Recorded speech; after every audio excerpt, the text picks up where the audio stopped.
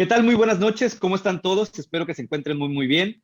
Les doy la bienvenida y espero que hayan tenido un excelente día. Creo que es una noche perfecta para todas las personas que queremos conocer acerca de las inversiones, para todas las personas que tenemos esa intención de seguir creciendo, tanto en conocimientos para poder trabajar con inversiones, para diversificar, para poner a trabajar nuestros capitales. Y créanme, no hay mejor opción para poder lograrlo de una mejor manera que estando bien educados. Y creo que, como ya lo saben, todos los lunes y los miércoles compartimos información de valor. Compartimos esta información que les puede funcionar en su carrera para ser inversionistas, en su carrera para empezar a trabajar con capitales, para diversificar portafolios, para lo que sea que tú estés buscando potencializar. Créeme, esta información nunca va a estar de más. Así es que bienvenidos a una charla más, a un webinar más acerca de inversiones en no tangibles. Y como ya lo saben, tenemos a invitados muy capacitados, con personas que tienen una especialización y que realmente es su día a día. Así es que, sin más preámbulos, quiero presentarles a nuestro amigo Noé Ayala. ¿Cómo estás, bro? ¿Estás por ahí? Claro que sí, ¿cómo están, Sergio? ¿Cómo están, audiencia Mactub? Espero que estén muy bien. Nuevamente me conecto vía exclusivamente audio por la conexión o mala conexión que hay en mi zona respecto a Internet. No queremos que se vuelva a trabar como la vez pasada, entonces estaremos por este medio, pero compartiendo también una presentación muy interactiva que tenemos preparada el día de hoy. Pues bienvenido, mi hermano, y te escuchamos. Micrófonos todos tuyos. Perfecto, muchísimas gracias, Sergio. Voy a proceder a compartir pantalla para iniciar la charla de hoy. Pues empecemos. Antes que nada, a todos muchas gracias por asistir a la plática. Esta, si no me equivoco, la plática número 4 de una serie de charlas que hemos tenido con Club Mactub en su ecosistema de aprendizaje, enfocadas principalmente a la inversión y educación en inversiones sobre activos intangibles. El día de hoy tenemos una plática muy interesante porque estaremos abordando a esta gente misteriosa, a estos personajes ocultos que son esencialmente los lobos de Wall Street de los intangibles, personas la mayoría fuera de serie, que les apasiona todo este tipo de activos económicos que no podemos ni tocar y que parten principalmente de la creatividad y el pensamiento humano. Estos nosotros los llamamos los mercaderes ocultos de la innovación y de una manera más técnica son conocidos como IP brokers, que traducido a español sería brokers de la propiedad intelectual. El día de hoy veremos qué son, qué hacen, cómo tener beneficio de ellos y por qué es buena idea como inversionistas, sobre todo como pequeños inversionistas, juntarnos con ellos. Pues vamos a darle. Primero, ¿qué está pasando actualmente? Actualmente hay algo muy interesante y es que la mayoría de las empresas están migrando de los modelos económicos del siglo pasado hacia los modelos económicos del siglo XXI. ¿Qué es lo que quiere decir con esto? Muchas empresas están dando cuenta que la digitalización, la descentralización financiera, la inversión, investigación y desarrollo son motores clave para poder tener modelos de negocio con mucho mayores rendimientos y sencillamente no perecer frente a las nuevas industrias. Entonces, muchas empresas están pasando de sus modelos de negocios tradicionales a lo que aquí llamamos modelos de la economía del siglo XXI. Y se puede decir que en esta migración de un tipo de modelo de negocio a otro, de las empresas, hay una serie de oportunidades que podemos aprovechar. Pero primero vamos al primer punto. ¿Qué hace una empresa cuando emigra a la economía del siglo XXI? Cuando una empresa tradicional normalmente comienza un proceso económico de migración hacia la economía del siglo XXI, que retomando pláticas pasadas son esta serie de tendencias donde las empresas comienzan a fijarse más en su economía intangible que en su economía tangible. A eso nos referimos con el siglo XXI. Podemos encontrar que hay tres características que suceden o tres procesos dentro de este sistema de migración de las empresas. Primero, todas las empresas se digitalizan. ¿Qué quiere decir esto? Anteriormente, la mayoría de las empresas pues eran empresas que principalmente tenían canales de comunicación en entornos análogos o que sus sistemas de comercio eran principalmente en retail. Ahorita, forzosamente, y desde hace ya algunos años, de hecho introduciéndonos en este siglo, todo el comercio se basa en comercio electrónico y toda la presencia es de carácter digital, es decir, empresa que no tenga página web, medios sociales, posicionamiento en diferentes plataformas, contenido en la nube, es una empresa que sencillamente no existe. Y esto es lógico dentro de la economía del siglo XXI, porque recordando pláticas pasadas, lo que más importa es la cantidad de información y conocimientos que una empresa tenga para posicionarse ya en este nuevo escenario económico. Por lo tanto, información que comparte una empresa se ve reflejada en su crecimiento y en su reconocimiento comercial. Por eso es que todas las empresas ya exitosas en esta década están totalmente digitalizadas. Cuando migran también a este modelo económico del siglo XXI, vemos que las empresas también entran en un proceso de descentralización. ¿Qué quiere decir esto? Gracias al acceso a plataformas de fondeo colectivo, a crowdfunding por parte de seguidores y fans, vemos que las empresas, al digitalizarse, no solamente ya tienen clientes, sino también tienen seguidores o reconocimiento social, que normalmente eso se ve enfocado en el reconocimiento que tienen sus marcas o sus productos. Al día de hoy, las empresas no solamente tienen clientes, y de hecho los clientes no son lo más importante son la cantidad de seguidores, la cantidad de fans que tienen, la cantidad de personas que creen en la visión de esa empresa. Al hacer esto, las empresas comienzan un proceso de descentralización que esencialmente quiere decir que pueden conseguir recursos a través de múltiples actores y plataformas y ya no dependen totalmente de bancos centralizados ni de sistemas financieros tradicionales. Es decir, una empresa ya puede invertir en criptomonedas, puede ir a una plataforma de fondeo colectivo, puede generar tokens para generar, digamos, algún tipo de beneficio, puede incluso vender ciertos activos intangibles como bases de datos de clientes para capitalizarse. Y eso nos lleva al otro punto, que la mayoría de las empresas se vuelve totalmente intangible. Cuando una empresa migra de la economía del siglo pasado a esta economía del siglo XXI, podemos apreciar que el valor real de las empresas en este siglo se basa esencialmente en sus intangibles, que como vimos en algunas pláticas pasadas son sus marcas, sus patentes, modelos de utilidad, toda aquella propiedad intelectual que le da este tipo de posicionamiento a una empresa sin estar forzosamente cosas tangibles. Es decir, las empresas más actuales, por ejemplo, de franquicias de comida rápida, valen más por el posicionamiento que tienen con su marca, llámese McDonald's o Starbucks, que en sí los bienes tangibles que tienen como sus cafeterías o sus restaurantes. Es más importante la marca que las capacidades productivas y son más importantes las patentes que la capacidad para producir en sí mismo los bienes y servicios que hace una empresa. Cuando una compañía logra hacer estas tres cosas, digitalizarse, descentralizarse y volverse totalmente intangible, es lo que se conoce ya como una empresa del siglo XXI. Ya comenzó con este proceso de migración. Pero pasa algo muy interesante. Las empresas para emigrar de manera efectiva de una empresa del siglo pasado, del siglo XXI, toman un proceso que normalmente tiende a ser un tanto doloroso cuando no se están capacitadas. ¿Qué es lo que pasa? Hay dos maneras de emigrar a la economía del siglo XXI.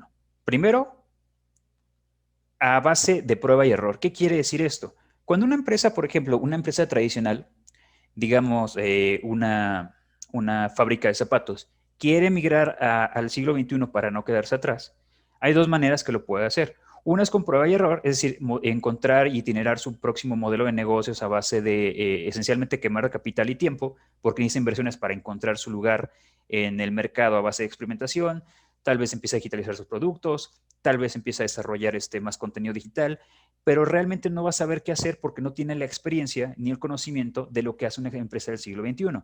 Entonces lo que va a hacer es que va a quemar un montón de dinero y tiempo y va a experimentar para encontrar su lugar en el mercado del siglo XXI.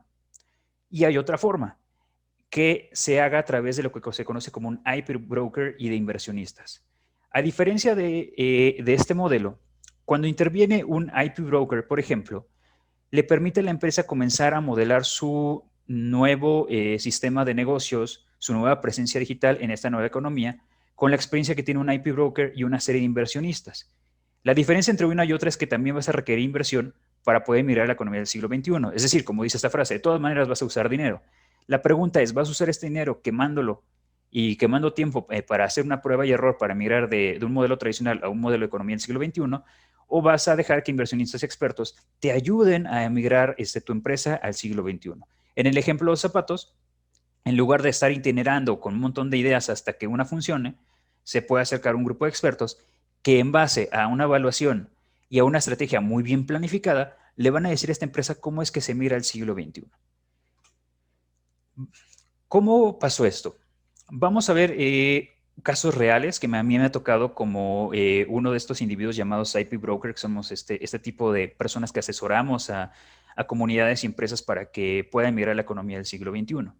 Vamos a ver un caso en el que una empresa no quiso emigrar y otra compañía sí emigró, solo que lo hizo por él mismo y se encontraron varias cosas interesantes de ahí. Así que vamos a empezar. Les voy a contar una historia.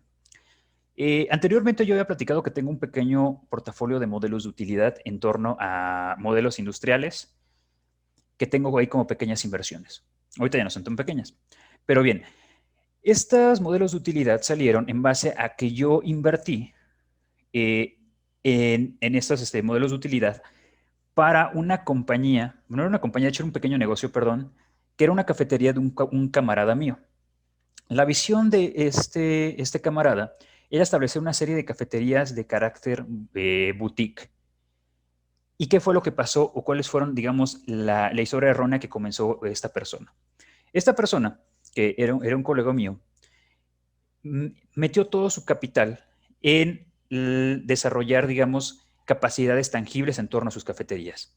Compró un montón de máquinas de café, compró un montón de mesas, compró un montón de materia prima y él lo que más invertía esencialmente era en mejorar la ubicación de dónde se encontraba su cafetería y aumentar su cartera de productos. Para él, desde su enfoque y desde su, digamos, idiosincrasia, una empresa es una máquina que pues entra dinero y sale más dinero. Es algo rígido, como un objeto, como si fuera pues esencialmente como un auto. En un auto no lo puedes utilizar en parte, sino que usas todo el auto completo. Entonces, este camarada invierte en su cafetería e invierte todo en cosas tangibles y deja de un lado cosas como un posicionamiento de marca, como presencia en el mundo digital, como invertir en propiedad industrial, como invertir en propiedad cultural, reitero, como una marca. Y lo que pasa es que su crecimiento, pues en un principio sí fue bueno, porque tenía un montón de capital tangible, es decir, tenía mucho café, podía abaratar costos, tenía máquinas, tenía un montón de cosas. Por otro lado, casi al mismo tiempo, otro colega, él sigue siendo mi camarada, decidió abrir un tipo también de café, solo que ese era con coctelería, es decir, era café con licor. Él tomó una estrategia totalmente distinta. La verdad es que él tenían casi el mismo capital cuando iniciaron, pero él decidió invertir su capital en desarrollar una página web, en programar aplicaciones para comprar sus bebidas por cualquier lado, en invertirlo en una marca. Incluso él desarrolló algunas formulaciones que después patentó. En base, si no me equivoco, empezó a desarrollar café con anís, este tipo de cosas. Y él veía a una empresa y sin saber realmente o sin tener nociones como ser un IP broker, él simplemente lo estaba haciendo todo de manera, digamos, instintiva. Veía a su empresa como un nodo de colaboraciones. Cada vez que platicaba con esta otra persona, su enfoque era totalmente diferente al primero. Él me decía, ¿sabes qué? Hoy voy a gastar dinero en hacer una colaboración con esta persona que tiene una cafetería en tal lado. ¿Sabes qué? Hoy voy a ver a un productor de mezcal que tiene una idea buenísima en la cual quiero invertir. Entonces, él invirtió todo su capital en presencia digital, propiedad intelectual industrial y propiedad cultural, esencialmente. Para él realmente no le importaba ni siquiera la cantidad de venta que tenía. Por eso me decía una frase muy chistosa que decía, el cliente ni siquiera identifica en sabor, diciendo que el cliente realmente no le importaba tanto el café, o sea, la cosa tangible, que le importaba más la marca y las cosas que había detrás. Entonces, ¿qué pasó?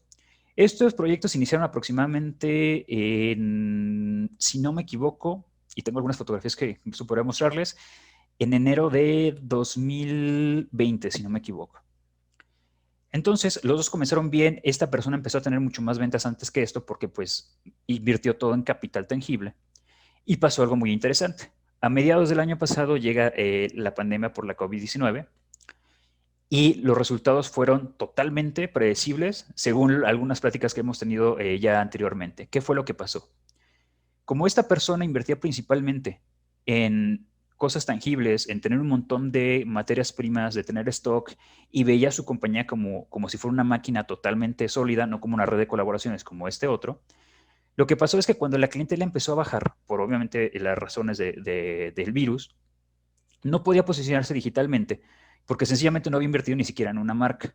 La marca de esta persona era una taza como la que tenemos en pantalla pegada en una lona afuera del lugar. Entonces, como no tenía presencia digital, pues no podía vender por comercio electrónico. Como no tenía una marca reconocida, pasaba por desapercibido el lugar donde estaba, porque como ya no había afluencia de coches, es decir, la gente no pasaba con sus autos porque no había lugar donde trabajar ni había escuelas, empezó a tener pérdidas.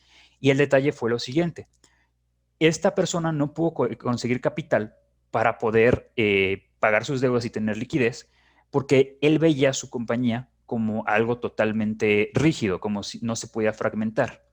No, lo veía como algo centralizado, por así decirlo. ¿Qué fue lo que pasó? Que cuando él necesitaba liquidez, cuando pedía inversión para su café, la inversión que pedía era colosal por el porcentaje de equity o de acciones de su cafetería. Y tenía sentido. Como tú estás sustentado en bienes tangibles en un solo, digamos, una sola empresa, es decir, todo el capital contable en tangibles iban hacia una sola empresa, pues si tú llegas con una inversión módica de, digamos, no sé, $1,000, pues no podías invertirlos porque el porcentaje era mínimo y los retornos eran a largo plazo, porque sencillamente tenía que recuperar con un montón de inversión lo que había metido para después darte beneficios. En cambio, esta persona no. ¿Qué hizo esta persona? Siguió esencialmente lo que estuvimos platicando, y esto es un caso real en las pláticas pasadas. Como él tenía diferentes colaboraciones, lo que hizo es que se capitalizó recibiendo como inversión de cada una de las colaboraciones que tenía.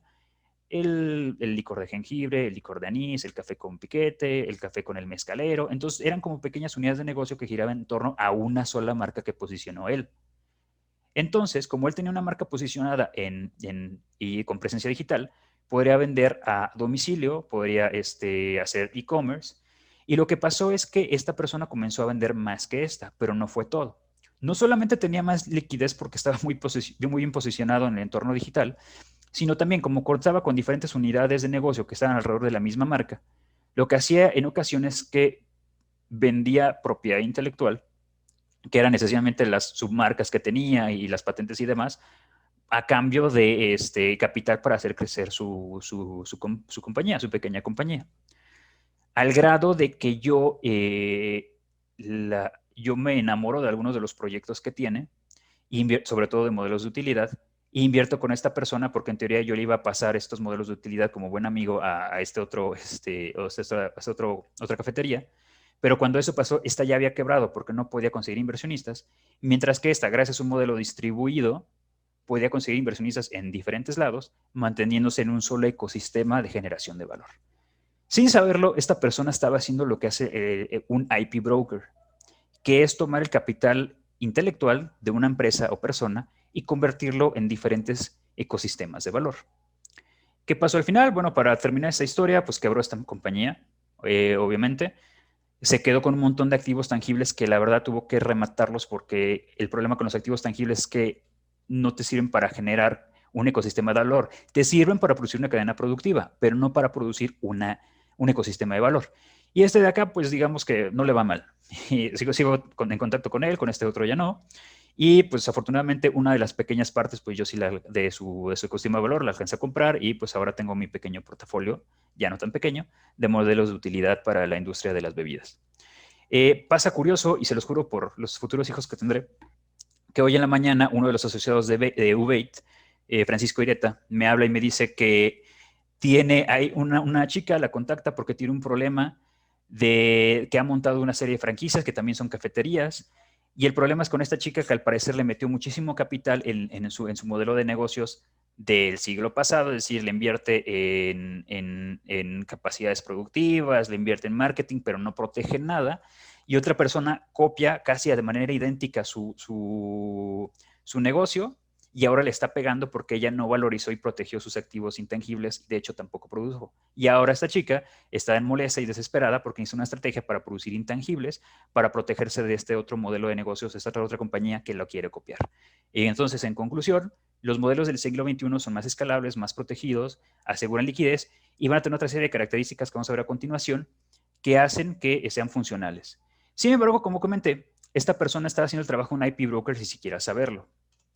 Y bueno, en sí, ¿qué es un IP broker? Un IP broker es una persona que se encarga de gestionar todos los procesos de generación de valor fundamentado en propiedad intelectual. Lo que habíamos dicho la vez pasada. Si yo tengo una patente, por ejemplo, que me puede servir para varios procesos, yo como un IP broker voy a ir a indagar en qué industrias también podemos vender o posicionar esa propiedad intelectual, esa patente, para generar más ingresos. Con el principio que habíamos dicho la vez pasada, del principio de simultaneidad, uno puede tomar un mismo activo intangible y meterlo en diferentes industrias para que genere rendimientos en diferentes lados. Entonces, mi primer acercamiento como IP broker fue cuando yo, desarrollando una serie de patentes, comencé a diversificarlas en diferentes empresas y esencialmente era la misma patente, pero las aplicaciones y los mercados eran diferentes. La parte interesante de esto como un IP broker es que lo que hacemos es que no solamente hacemos de la propiedad intelectual como patentes nuevas empresas, sino hacemos de las empresas nuevas patentes. ¿Qué quiere decir esto? Si, por ejemplo, en este caso, esta persona hubiera descentralizado su cafetería, pues la verdad es que no hubieran salido muchos activos, pero a lo mejor hubiera salido uno o dos, a lo mejor su base de datos de clientes era un activo intangible, a lo mejor él también quiere desarrollar formulaciones, pero nunca lo hizo, hubiera salido las formulaciones y hubiera podido conseguir inversión. ¿Por qué? Porque lo que hacemos básicamente como IP brokers es que hay dos opciones. De una serie de patentes nosotros, eso IP es Intellectual Property, lo que hacemos es que tomamos estas patentes y poco a poco lo vamos estableciendo relaciones, creando alianzas, buscando capital riesgo para convertir esas patentes en algo más complejo como una empresa, como justamente como lo platicaba con mi portafolio personal en la plática pasada. Así lo hacemos, integramos un montón de patentes o propiedad intelectual para hacer una empresa. Sin embargo, del otro lado, nosotros podemos tomar una empresa, romperla cual piñata, por así decirlo, para desarrollar modelos económicos, no solamente modelos de negocio, sino modelos económicos descentralizados y convertir a esta empresa en una red de, digamos, de valor, que volvemos a lo mismo, una economía de redes, para que los inversionistas puedan o otras personas puedan acceder a los portafolios de inversión de esta compañía. Voy a poner un ejemplo. Supongamos que esto vamos y decidimos empezando con una empresa, convertirla en portafolio, vamos a empezar, digamos, con Nike, la empresa de zapatos. Digamos que no sea Nori Guajiro, llega y nos contrata. Lo que haremos con Nike para hacerle un modelo del siglo XXI, que realmente Nike no lo necesita porque está muy bien posicionado, pero una estrategia que podemos tomar, por ejemplo, es tomar la compañía y desarrollar una serie de portafolios basados en los modelos de utilidad que tienen sus zapatos y llevar esos portafolios a diferentes personas para que inviertan y se generen nuevos ecosistemas de valor ahí, que de hecho Nike ya lo hace, toma un modelo de utilidad o una serie de propiedad intelectual de unos tenis, los lleva con diferentes atletas y comienza a crear nuevas marcas con cada uno de esos atletas. Pasó con Michael Jordan, pasó con nuevos jugadores de la NBA y así continuará por siempre porque Nike ya es una empresa del siglo XXI. Además, invierte en propiedad intelectual, en desarrollar nuevas cosas y demás. Si fuera del otro lado, digamos que vamos a hacer una nueva empresa de tenis, pues lo que haríamos sería juntar un montón de patentes, encontrar el capital para capitalizar estas patentes y poco a poco ir armando una nueva compañía en base a la propiedad intelectual que hay, haciendo relaciones, administrando relaciones públicas y demás. Eso es esencialmente lo que hacemos los IP brokers. Tomamos toda esta propiedad intelectual y o una de dos, o desarrollamos portafolios de inversión en intangibles más complejos o descentralizamos portafolios ya existentes en un modelo de economía de red. Es muy interesante. Nosotros hacemos esto porque la mayoría de las empresas ya tienen que migrar a ese tipo de negocios y no van a perecer en el intento. El año del 2018 fue un año bueno para los IP brokers porque 356 millones de dólares en Estados Unidos fue lo que fueron, digamos, los beneficios por este tipo de servicios. pero lo curioso es que solamente hay 137 IP brokers en Estados Unidos. No es muy común que alguien sepa propiedad intelectual y todo ese tipo de cosas, porque también una realidad es que para ser un IP broker tienes que tener o personas con entrenamiento técnico específico o tú ser alguien entrenado en algo técnico. Afortunadamente yo soy físico, entonces eso me ha ayudado bastante, ¿no? Y lo que pasa aquí es que como hay muy poquitos, realmente si sacas el promedio de esos 353 millones de dólares en 2018, pues cada portafolio, normalmente un IP broker se lleva unos 177,000 dólares por estar trabajando un solo portafolio. Digo, son cifras que pueden encontrar por ahí, como se les paso los enlaces. Y nuestra visión como IP brokers también es no solamente dar esta serie de servicios para impulsar a las economías, digo, las empresas de la economía del siglo XXI, sino también enseñar a otros cómo ser un IP broker, porque finalmente hay tanto que hacer que los pocos que somos no da para abarcar todo el mercado. Y la tendencia que sigue en los próximos años es que todas las empresas forzosamente van a tener que migrar a este nuevo tipo de modelos económicos porque si no van a perecer. Una cosa importante es que no somos brand developers. Eso es otra cosa que veremos en una plática muy interesante llamada Cazadores de Prestigios, cómo nosotros y uno puede encontrar marcas para invertir en ellas y cómo puede desarrollar estas marcas. Un brand developer es la evolución de alguien que trabaja en la mercadotecnia, pero eso es otro tipo de cosas. Ahorita estamos hablando precisamente nada más de cómo tomamos propiedad intelectual y desarrollamos portafolios de inversión, aunque les recomiendo la plática interior y no se la pueden perder. Continuando con esto. Algo que también que hay que mencionar, y es el objetivo de la plática de hoy, es que los IP brokers son muy buenos amigos de los socios, sobre todo de los, de los inversionistas, sobre todo de los pequeños inversionistas. ¿Por qué? Porque tú para poder descentralizar o centralizar, digámoslo así, perdón, no sé si centralizar, se dice aglomerar un portafolio, es decir, meter un montón de propiedad intelectual para hacer un solo portafolio como una empresa, o agarrar una empresa y descentralizarlo para hacer un portafolio. En cada paso tú necesitas capital para poder hacerlo. ¿Por qué? Porque si tú tienes una empresa imagínate que una empresa que crea impresoras 3D o algo así, impresoras 3D de helado, si lo quieres ver así. Así es, tú llegas, la impresora te imprime tu helado y ya. Sin embargo, esta impresora 3D utiliza 8 patentes, que es caso real. Por ejemplo, las máquinas que desarrollo con una de las compañías que trabajo normalmente tienen entre 7 y 8 patentes. Entonces, te das cuenta que cada una de estas patentes puede ser aplicada en diferentes industrias. A lo mejor la patente de las formulaciones para el helado que se imprime en 3D es una patente. A lo mejor el brazo robótico de la impresora 3D es otra patente que sirve para otras cosas. Para tú poder desarmar esta máquina y convertirla en un montón de portafolios, necesitas capital para, digamos, tener una serie de inversionistas que le entre a esta serie de portafolios para poder descentralizarlo. ¿Qué quiere decir esto? Que para tú, por ejemplo, llevar un portafolio en específico de esta serie de patentes que tiene esta máquina a otras industrias, vas a requerir capital para porque necesitas generar conexiones, reuniones, desarrollar a lo mejor una nueva cadena de patentes en base a una sola patente que estuvo aquí. Y eso está súper bien para los inversionistas pequeños. ¿Por qué?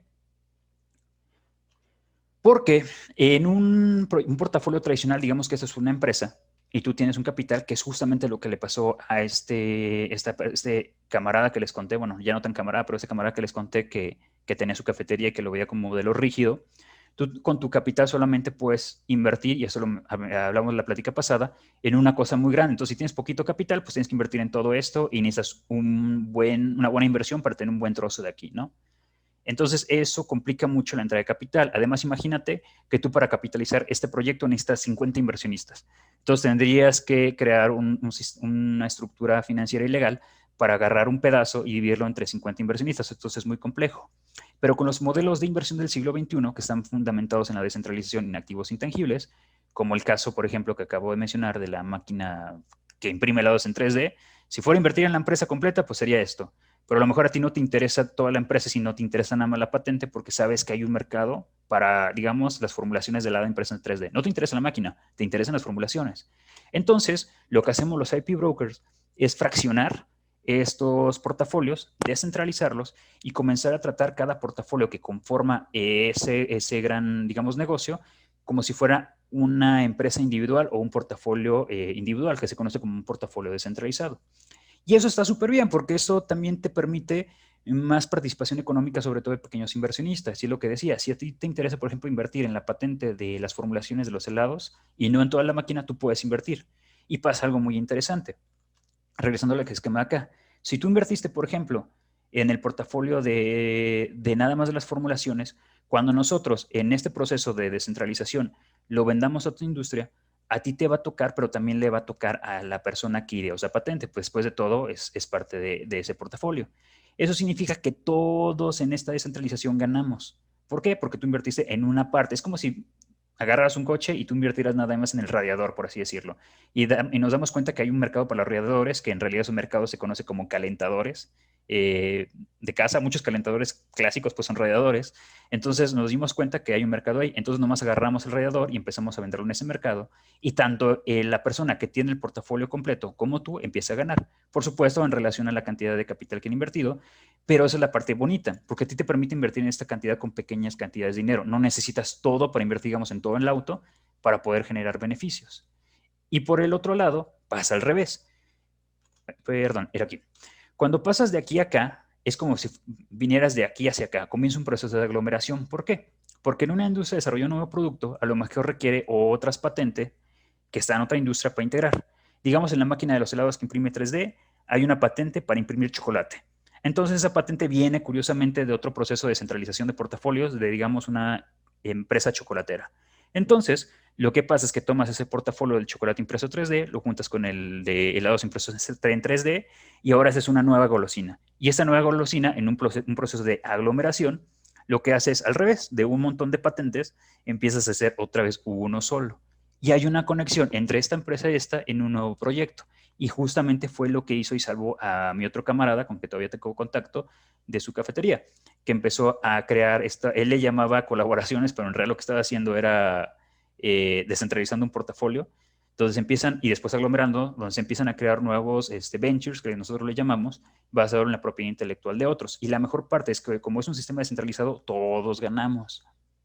Eso hace y que se motiven los inversionistas pequeños a invertir más y las personas a descentralizar sus portafolios, sobre todo de tipo empresarial. Sin más tecnicismos, esta es la parte bonita de la descentralización de los portafolios. Digo, y nosotros como IP Broker lo que tenemos que hacer, es lo que platicaba la vez pasada, es encontrar esos pequeños ciclos entre las patentes que integran un portafolio ya, así como de esas patentes, cómo pueden migrar a nuevos portafolios. Y la parte bonita de invertir en propiedad intelectual, a diferencia de una empresa, es que es escalable. ¿Qué me refiero con esto? Si tú inviertes en esto, pues nada más invertiste en esto. Entonces tú vas a tener beneficios de esta compañía nada más. Pero si tú invertiste en una parte de esta compañía, cuando esta otra parte se ponga en otra compañía, como el ejemplo de los coches y de los radiadores, si tú invertiste en eso, todas aquellas empresas que utilizan esta tecnología para generar un nuevo modelo de negocio o una nueva empresa, te van a pagar regalías. Eso hace que esto se llamen inversiones, no son exponenciales, perdón, expandibles. Es decir, que de una cosa que invertiste se va a multiplicar porque otras empresas podrían utilizarlo. Esto ya pasa, o sea, las pantallas, no me acuerdo que iPhone eran desarrolladas por Samsung, de hecho. Entonces Samsung se la ponía tanto a algunos dispositivos suyos como a los del iPhone. Entonces tenía dos maneras de entrada de capital por regalías porque le había pasado la tecnología a Apple. Entonces esto no es nada nuevo, digo, no es nada nuevo, pero lo que sí es nuevo es que los IP brokers sobre todo apenas aquí en Latinoamérica estamos empezando a implementar estos modelos en empresas de la región y pues hasta ahora han tenido resultados satisfactorios. Yo logré armar un portafolio, un fondo de inversión partiendo sobre una patente que se convirtió en más patentes y que después se convirtió en startups y después se convirtió en un fondo de inversión. Entonces es lo que pasa y todo parte de una sola patente. Que olvidé poner la foto de esa primera patente aquí en la presentación, pero me hubiera encantado. Entonces, esto es esencialmente lo que hacemos un IP broker. Cabe mencionar que todo el trabajo que se ha desarrollado, incluso las pláticas, no lo hago solo. Yo soy solamente una parte del equipo. Y Bait, que me ayudó a desarrollar el equipo de Bait todas estas presentaciones y que me ha permitido gestionar todo ese tipo de portafolios con clientes, pues se conforman de diferentes personas. Y lo que comentaba hace poquito, necesitas tener un equipo con diferentes integrantes con diferentes características. Estas personas se conforman por Jocelyn Delgado, que ella es politóloga, sabe de emprendimiento social, es la persona encargada de comunicación, es la persona encargada de responsabilidad social. El equipo se compone por María Castillo, quien es una excelente gestora de capital y también nos ayuda mucho en la parte fiscal de la propiedad intelectual, de la cual viene una plática muy interesante. También este equipo no sería nada sin Francisco Urieta, un excelente activista social, muy metido en el blockchain, que próximo a convertirse en un maestro en propiedad intelectual. Maestro me refiero a que sepa mucho, sino que está titulado con un grado de maestría, o sea, es la intención que busca en propiedad intelectual.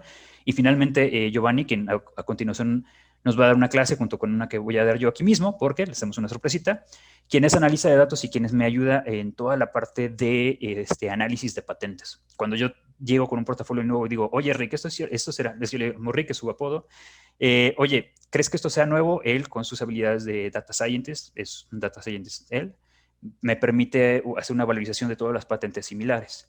Y hablando justamente de eso, pues le tenemos una primera clase para ustedes de cómo comenzar a hacer un IP broker de homemade. ¿Qué es lo que vamos a ver a continuación? A continuación les voy a enseñar yo, por mi parte, cómo comenzar a investigar marcas a nivel del mundo, utilizando algo que se llama la WIPO Database, que es la base centralizada de todas las marcas alrededor del mundo que tiene la Organización Mundial de la Propiedad Intelectual, de la cual hablé en pláticas pasadas. Y después de esto, Giovanni Santana les presentará cómo hacer una investigación de patentes y nos enseñará 3 portafolios, el de Tesla Motors, el de Apple y el de Holochange, una compañía que se desarrollando tecnologías de DLT. DLT es como el hermano de blockchain, relacionados para desarrollar nuevas monedas. Entonces vamos a empezar con esta primera parte. Si siguen viendo mi pantalla, les voy a enseñar cómo empezar a hacer ustedes su propio IP broker, sobre todo en marcas. Lo que vamos a ver a continuación es cómo utilizar la base de datos de marcas más grande del mundo. Si ustedes ya lo saben utilizar, excelente. Para los que no saben, que sí me comentaron algunos que no sabían cómo utilizarlo, les voy a explicar.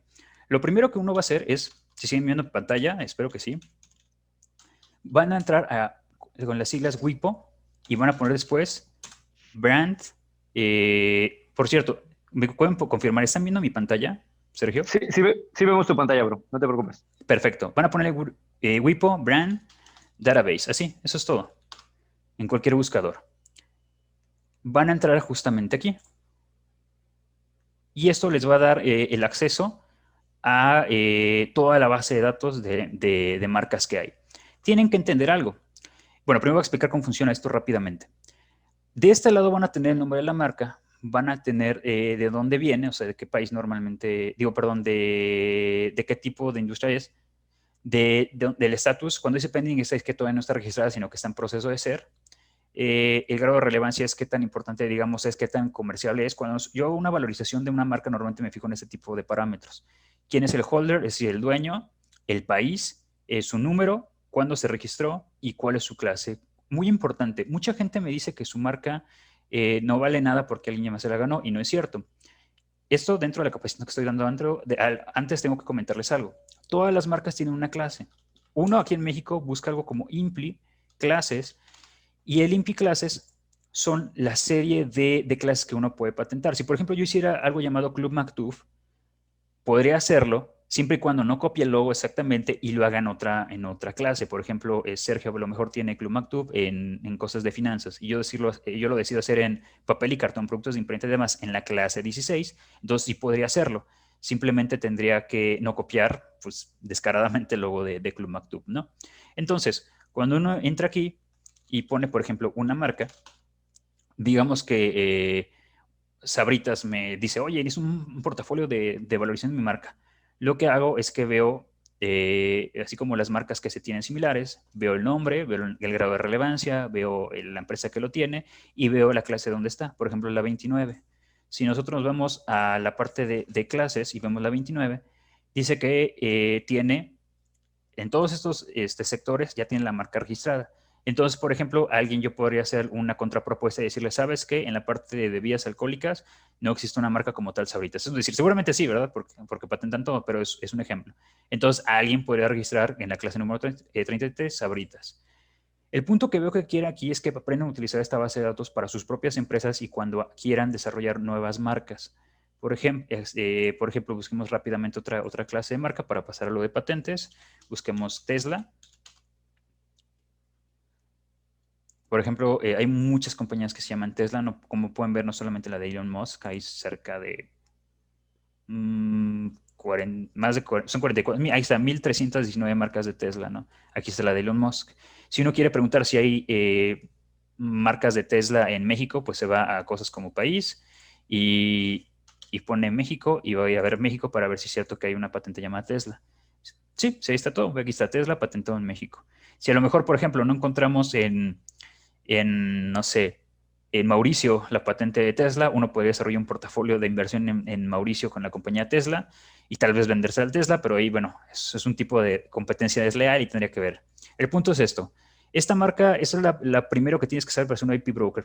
La clase de propiedad intelectual más sencilla de entender y que genera mejores beneficios, según vimos la plática pasada, son las marcas. Uno tiene que entrar aquí, ver las marcas que hay, y si no hay una marca o no encuentra una marca que le sea útil, lo puede registrar. Como último ejemplo, veamos una de mis compañías que se llama Rimber. Vamos a ver si hay algo parecido. Este es un pequeño problema ahí. Ahí está. Un momento, por favor. Sí, es Weapon, es tan efectivo como el SAT. Ah, es que está acá, perdón. Rimber. Entonces podemos ver que no hay ninguna marca llamada Rimber, entonces ya puedes empezar a desarrollar un portafolio basado en esta marca y tienes toda una serie de naciones para tú patentar la marca ahí. Entre más patentes, digo, entre más registres, perdón, no patentes, entre más registres en un país, más va a valer la marca y te va a aparecer como forma de registrando aquí, como si fuera el ranking de las marcas, tu marca a nivel mundial. Uno finalmente puede imprimir estos reportes y se lo puedes llevar, por ejemplo, a tu jefe o si tienes algún cliente ya como IP broker, para decirle, no, hice una investigación profunda de mercado y no encontré nada, cuando realmente lo único que hiciste fue utilizar la base de datos de la WIPO para poder estudiar las marcas. Entonces, primera lección o herramienta para hacer un IP broker es esta base de datos de la WIPO. Les recomiendo cuando quieran investigar una marca y pueden imprimir reportes aquí completos para presentarlos, por ejemplo, a su jefe o a su equipo. Entonces, por mi parte es todo en esta mini clase de cómo utilizar la base de datos de la WIPO para empezar a desarrollar portafolios de marcas. Acuérdense lo más importante, relevancia, el nombre, el holder, el número de serie, el país donde está. A continuación, Giovanni les platicará un poquito de cómo indagar en las patentes de las compañías para todo determinar si una compañía vale o no. Y vamos a ver esos 3 ejemplos de lo que son los portafolios de Tesla, de Apple y de Holochain. Sí, perfecto. Perfecto. Ok. Vale, pues solo para retomar algunas ideas que Noé ya nos platicó, pues estamos viendo ya que en el siglo XXI básicamente el modelo de economía de todas las empresas que se están capitalizando rápidamente son aquellas que tienen un modelo de economía de red, ¿no? Entonces hay que focalizar primero que esta información es valiosa y que la vamos a necesitar para ver qué portafolios podemos crear en base a dicha información. Entonces, hay algunas páginas importantes para focalizar o para encontrar esa información precisa. Por ejemplo, está esta que se llama Google Patents. Aquí ustedes pueden poner el portafolio que ustedes quieran, pueden poner incluso solo la empresa como tal o pueden ponerla completamente para que vean todas las patentes que existen. Aquí tenemos el caso de Tesla, el primero. Vemos aquí todas sus patentes, todo lo que han generado en propiedad intelectual. Si nos vamos hasta abajo, aquí vamos a poder ver qué tipo de compañía o qué tipo de convenios ha creado Tesla y en dónde se está usando más este tipo de patentes, ¿no? Pues aquí podemos ver como la leyenda, se podría decir, de todo el tipo de patentes que han creado. Aproximadamente unos 4,000 resultados hay. Algo que hay que tomar en cuenta es que el modelo de economía de red funciona muy bien, principalmente porque el número de casos de probabilidad que tú tienes es mucho más amplio a que si tú te enfocas solo en un cierto modelo. Por ejemplo, el caso que nos decía Noé de las 2 cafeterías, tanto el modelo tangible como el intangible. En el caso del tangible, esta persona se cerró solo por un camino. Entonces, si tú solo tienes un camino para abrirte a posibilidades con el tiempo a expandirte, pues obviamente que te va a costar mucho más trabajo capitalizar tu negocio. En cambio, si abres o te expandes a nuevos rubros, estás aumentando la probabilidad de que tu compañía tenga éxito, no solo en un camino, sino que en varios. Entonces aumenta la probabilidad de éxito, que es justamente lo que hacen este tipo de empresas. Tesla, por ejemplo, genera patentes y lo que hace Tesla es incluso patentes de lo más simple, que también lo hace, por ejemplo, creo que aquí lo tengo abierto, Apple Inc., la empresa, genera patentes incluso hasta de cómo tú haces el screenshot en una computadora. Entonces, hacer patentes así de simples te permite generar sinergia con otras que ya tienen. Entonces, la sinergia de las patentes genera nuevas patentes y estas patentes pueden clonarse con patentes viejas para crear patentes hijas que van avanzando con el tiempo. Entonces, si se fijan, básicamente es un ciclo de no terminar. Existen patentes, se mezclan unas con otras, se van generando nuevas patentes y eso hace que la empresa genere una sinergia en la cual va caminando, ¿ok?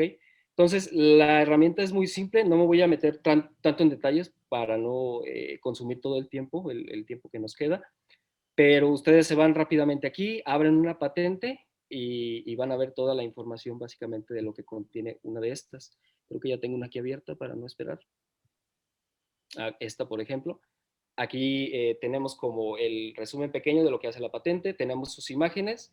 Aquí abajo nos va a decir qué significa cada parte de la patente, nos va a explicar qué es lo que hace, para qué funciona, cuál es su metodología, etcétera, etcétera, ¿no? Y aquí vamos a ver el número de veces que se ha usado a través del tiempo.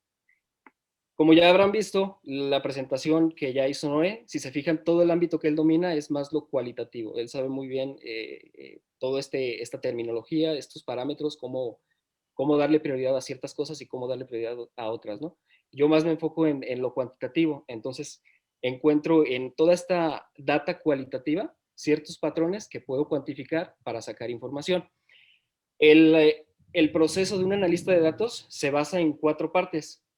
Una de ellas empieza por información, selección, análisis y conocimiento. Entonces, el primer paso, que es la información, ustedes necesitan saber principalmente qué es lo que van a buscar. Si no saben o no tienen bien definido qué es lo que están haciendo, pues no van a llegar ni siquiera al segundo paso, que es la selección. Entonces necesitan encontrar esos parámetros que justamente Noé nos platicaba al inicio, y una vez que ya se arman de ese conocimiento, ya que tienen esas bases, sigue la selección. Agarran la información más importante, por ejemplo, no me voy a poner a leer toda la patente porque con 10 patentes ya tendría para acabarme toda la vida.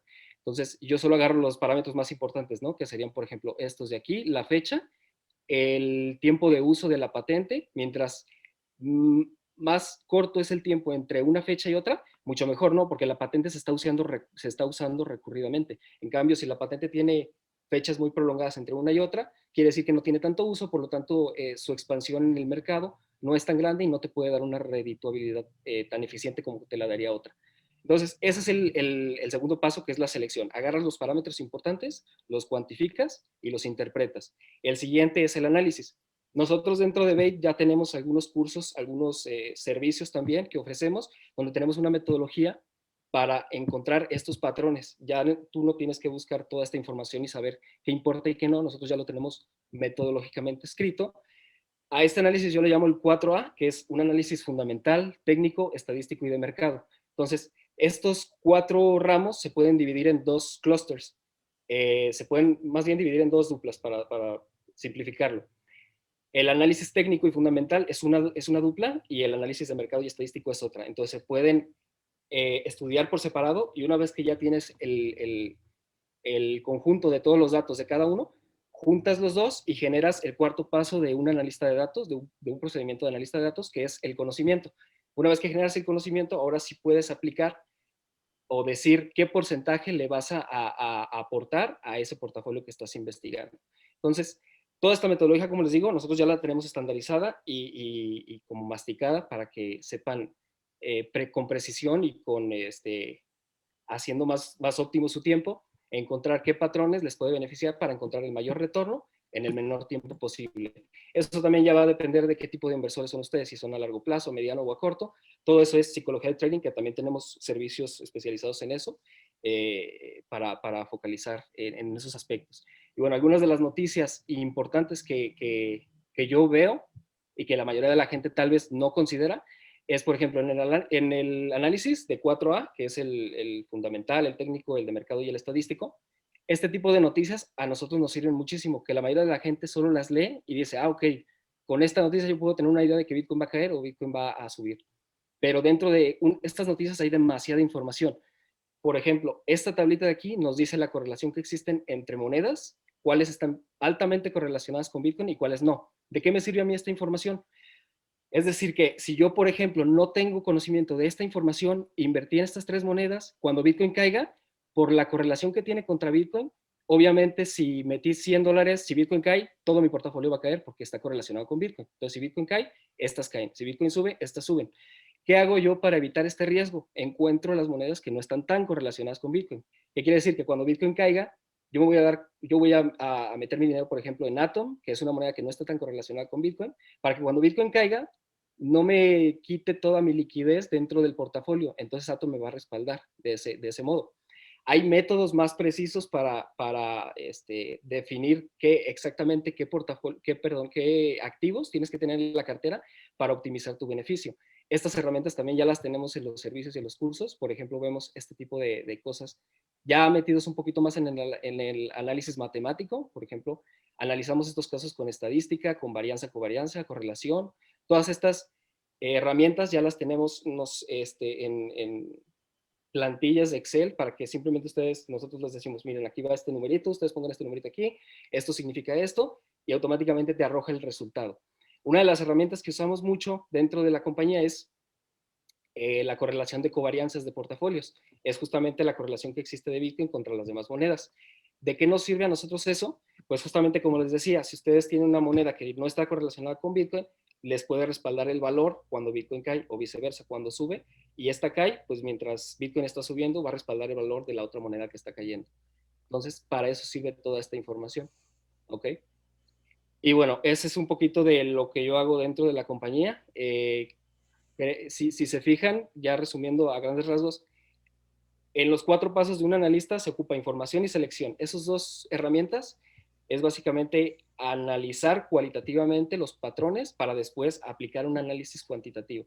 Entonces, la parte cualitativa, como ya les dije, Noel la domina bastante bien, y ya después de que ya saben ciertos parámetros que encontrar, que discernir, que saber qué está bien y qué no, agarran esos datos, los pueden cuantificar con teoría de grafos, con investigación de operaciones, con métodos numéricos, herramientas, como ya les dije, de matemática y estadística, para puntualizar efectivamente qué retornos es que quieren y en qué tiempo quieren. Que es muy fácil encontrar inversores, y por eso mismo el 90% de los inversores en criptoactivos pierden, justamente porque basan su retorno en fe y no en una base sólida que se respalda con matemática y con estadística. Entonces, teniendo estas bases, ya no respaldas ese beneficio con fe, sino con una base más estricta. Ok, entonces otra de las cosas que tenemos que tomar en cuenta también son las alianzas. Eso ya es un poquito más puntual, me metería mucho en estos detalles, pero a grandes rasgos esto es lo que yo les recomendaría que hicieran principalmente: buscar los activos dentro de estas paginitas que Noé y yo les presentamos, y ver qué tantas patentes existen para cada marca y qué tanto tiempo de prolongación hay entre las fechas de cada patente. En base a eso ya se pueden ustedes dar una idea de qué tanta escalabilidad tiene la empresa con el tiempo, ¿vale? Y bueno, no sé si Noé quieres agregar algo más. Creo que por mi parte. Creo que es todo. Aunque fíjate que lo que acabas de comentar de la correlación de Bitcoin también me recuerda a la correlación que tuvo Olo en su subida con la patente de Holochain. Y que Ok. encontramos una correlación ahí. No sé si quieres explicarla tú, que aunque eres más buena en esta parte de las correlaciones matemáticas. Ok. Bueno, Holochain, para quien no lo conozca, es un proyecto que básicamente existe, creo que desde antes de Bitcoin. El fundador de este proyecto es una persona que también es parte del creador de Firefox. Entonces tiene bastante conocimiento y experiencia en el área. Básicamente esta tecnología es como una blockchain muy avanzada, en la que no se necesita una prueba de trabajo. Ya creo que los que estamos ahorita conectados saben lo que es una prueba de trabajo, pero para quien no sepa, es lo que hace que la concatenación de los bloques se haga de manera más rápida. Entonces, este tipo de blockchain no tiene prueba de trabajo, tiene una prueba diferente que hace que la concatenación de los bloques sea súper eficiente. Y la eficiencia de estos bloques se basa en que mientras más gente entre, más rápida es. Se estima que para cuando esta red tenga arriba de 20 millones de personas conectadas, va a superar la velocidad que tiene Visa. Entonces es muy eficiente en ese ámbito. Otra cosa que tiene es que no es susceptible al problema del 51%, que quiere decir que si se hackean el 51% de la red, esta no decae. De hecho, su nombre viene de algo que es el holograma, y un holograma, cuando tú lo partes a la mitad, no pierdes la mitad de este ente, sino que el holograma se divide en dos y la información se hace difusa, pero tú sigues guardando la misma información. Para que me entiendan, es como si cayera un meteorito en la Tierra y mata a la mitad de la población. El hecho de que se muera la mitad de la población no quiere decir que va a desaparecer el idioma inglés, por ejemplo, Si mata al 90%, van a seguir existiendo personas que hablan inglés. Entonces, esa información se sigue manteniendo, pero en menor cantidad, porque tal vez el asteroide mató al 90%, al matar al 90%, mató también algunas formas de hablar y algunos modismos que se tenían en la lengua. Lo mismo pasa con Holochain. Es prácticamente mucho más seguro que una blockchain normal, como lo viene siendo Bitcoin. Entonces, es interesante. Solo como dato curioso, Holochain en este halving subió 1 por 50, fue de las monedas que más se capitalizó. Porque tiene patentes también. De hecho, es lo que encontramos ahí. Todo lo que acaba de escribir Giovanni lo resumieron en aproximadamente como 3 patentes. Y lo que nos da, como nosotros, yo como análisis de activos, cualitativo de proyectos, es que también muchas criptodivistas están siguiendo este patrón de capitalizarse no solamente por fondeo colectivo, esencialmente, que sería cuando se lanza una ICO, sino también porque están desarrollando activos intangibles. Eso nos hace pensar, como IP Brokers, que lo que sigue en futuras tecnologías es que va a haber modelos híbridos de portafolios en inversión en criptomonedas que van a tener tanto activos intangibles como lo son patentes. Si no me equivoco, el otro, Giovanni, es Hedera Hashgraph, que tiene también un montón de patentes y también tiene una moneda. Entonces, la tendencia va a ser esa. Ya se dieron cuenta los desarrolladores de cualquier criptomoneda, y eso es importante a considerar en la próxima vez que se invierta, que en activos criptoeconómicos, que un proyecto criptoeconómico también va a estar sustentado en la propiedad intelectual que tiene. Entonces, como consejo de IP Brokers para que lo estén escuchando y relacionado a esta plática, es que los próximos proyectos de criptografía financiera van a tener tanto la parte de reconocimiento en una ICO como la parte de propiedad de intangibles. O sea, las nuevas monedas están comenzando a tener patentes. Entonces, esto es lo que nosotros llamamos como un portafolio híbrido, y es esencialmente el modelo que hemos platicado. Tienes un proyecto, y esto está mucho más interesante porque un proyecto lo financias por medio de una ICO y tú puedes entrar como inversionista en la ICO, y la misma empresa puede usar otro tipo de inversionistas que nada más quieren invertir en la patente. No sé si quieres agregar algo, Giovanni. No, por mi parte sería todo. Creo que queda bastante completo. Perfecto, pues Audiencia Maktub, Sergio, muchas gracias por escucharnos. Lo que queríamos llevarles es esto: ¿qué hacemos esencialmente nosotros? ¿Qué es un IP Broker? ¿Por qué recomiendo que tengan cerca un amigo de IP Broker? Y pues esos son los modelos que van a influenciar la economía a partir de este momento. Y pues muchas gracias por la sesión, Sergio. No, pues muchísimas gracias a ustedes. Giovanni, un placer saludarte, bro. Y pues Noé, la verdad es que creo que la plática de hoy estuvo demasiado interesante, tanto con los modelos de negocio como todo el entender que tenemos que ser amigos de los IP Brokers. Pero bueno, muchísimas gracias por compartir, muchísimas gracias por compartir esta información con nosotros. Y pues como ya les había dicho, ¿no? Es momento de empezar a aplicarla, es momento de empezar a tener una idea de que esto apenas inicia. Y como bien lo dijo Giovanni, ¿no? No vamos a ir por las especulaciones, sino también por aspectos técnicos que nos den este tipo de información. Así es que tengan una excelente noche y nos vemos la próxima semana. Hasta luego. Cuídense mucho, nos vemos todos. Bye, bye.